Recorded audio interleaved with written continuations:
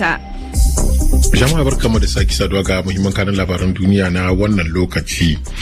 Gwamnatin Najeriya ta shigar da tuhume guda 10 kan batutuwan da suka shafi ta'addanci kan mutane 3 da suke da hannu a batun sace wasu ɗalibai a kudancin kasar, yayin da a safiyar Asabar ne aka kai wani hari kan sojojin Mali da ke barin garin Anefis. Za ku ji kuma cewa a Libya kotun hukunta manyan laifuka ta duniya ta tabbatar da cewa za a ci gaba da shari'a da aka dade ana jira game da laifukan cin zarafin bil'adama kan wani daya daga cikin shugabannin fursunoni gidajen yari na ƙasar ta Libya kenan.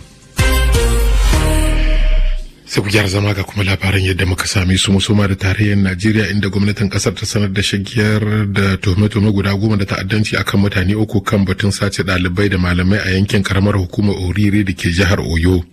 Mutane 3 da aka ambata a matsayin waɗanda ake tuhuma da aka shigar a gaban babbar kotun tarayya da ke Abuja jiya Juma'a sun hada da Abdulrazak Umar wanda aka fi sani da Abu Khalifa, da Inusa Musa wanda aka fi sani da Yunusa bin Musa, da Shamsu Adamu Sani wanda aka fi sani da Abu Itsar.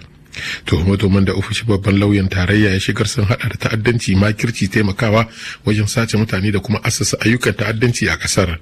Sauran laifukan da ake zargin waɗanda ake tuhuma sun hada da kasancewa mamba na wata ƙungiyar ta'adda da aka haramtawa aiki a kasar, tayar da hankali ga ta'addanci da kuma samar da horo kan ayyukan ta'addanci.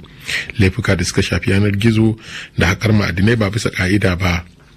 A Najeriya dai a jihar Filato watanni 5 da suka gabata wannan yankin ya kasance ɗaya daga cikin yankunan kasar da suka fuskanci tashin hankali da kuma raba da dama daga mutane da matsugunansu bayan da suka fuskanci hare-hare da dama mafi muni kamar na watan Afrilun 2026 nan da muke ciki, da 'yan bindiga suka kai hari kan al'ummomi a barikin Ladi suka kashe ko mutane da yawa tare da tilasawa da dama barin gidajensu.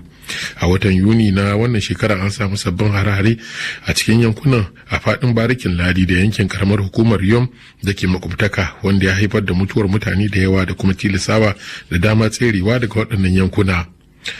A kasar Mali, kamar yadda aka ji a kanin labaran duniya, a safiyar Asabar ne aka kai wani hari kan sojojin kasar da ke dab da barin garin Anefis, yankin da ke da muhimmanci a arewacin kasar, wanda kuma kungiyar Abzinawa na Azawad da mayakan jihadis ke ikirarin kai harin. Wannan harin kwantan bauna na zuwa ne a wani lokaci da dakarun Mali ke iya kokarin ganin sun tabbatar da tsaro a garin na Anefis da mayakan Abzinawa ke ikirarin kamawa 'yan makonni da suka gabata. Idan aka tuni a farkon watan Yuli, kungiyoyin Abzinawa da mayaka masu ikirarin jihadi sun kaddamar da wani mummunan hari a wasu yankuna da suka hada da Anefis, so kuma kwace garin na wani lokaci, inda suke kewaye sansanonin soji da sojojin Mali da na Rasha na Africa Corps ke karewa. A jamhuriyar Nijar, ofishin mai gabatar da kara na gwamnati ya gabatar da rahoton ayyukansa na wata-wata ga babbar kotun birnin Yamai. A watan da ya gabata an gudanar da shari'o'i sama da 400. Zaman kotun da suka hada da kananan laifuka, baya ga haka an gabatar da masu laifuka kusan 100 da suka shafi ta'addanci. An kuma bayyana gabatar da shari'o'i 27 na taimakawa da kuma tallafawa ta'addanci, 5 bangaren tallafawa ta'addanci da 3 na boye 'yan ta'adda.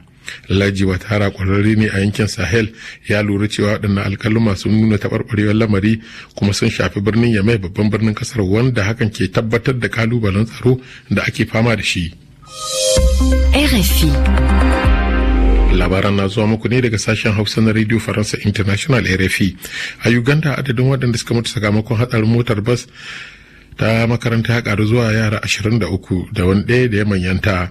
Bayan afkuwar hakan, hukumi sun ɗau matakai na soke duk wasu tafiye-tafiye daga jiya Juma'a.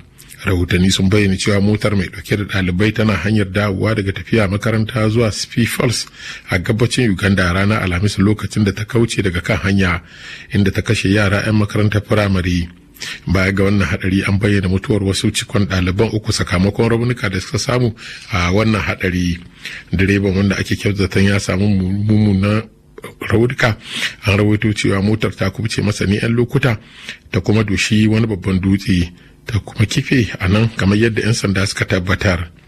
Kotun hukunta manyan laifuka ta duniya ta tabbatar da cewa za a ci gaba da shari'ar da aka daɗe ana jira game da laifukan da aka aikata a gidan yarin Libya bayan faduwar Muhammad Gaddafi. A ranar Alhamis da ta gabata ne alkalan kotun suka tabbatar da tuhumar da ake yi wa Khaled Muhammad Ali El-Hisri, tsohon daraktan gidan yarin Mitiga kusa da Tripoli, wanda ake zarginsa da laifukan cin zarafin bil'adama da laifukan yaƙi. Tsohon daraktan wannan gidan yari da aka yi wa lakabi da mala'ikan mutuwa zai fuskanci tuhume-tuhume guda 17. A Afirka ta Kudu, rahotanni na bayyana cewa sojoji biyu da ke ayyukan farautar masu haƙar ma'adinai ba bisa ƙa'ida ba ne suka mutu bayan da suka rubuta a cikin wani ramin haƙar ma'adinai a jiya Juma'a yanki dab da birnin Johannesburg. Wannan ne karo na farko da aka fuskanci mutuwar jami'an tsaro tun bayan da shugaba Cyril Ramaphosa ya tura sojoji a watan Maris don karfafa ayyuka na 'yan sanda a wuraren da ake haƙo ma'adinai ba bisa ƙa'ida ba.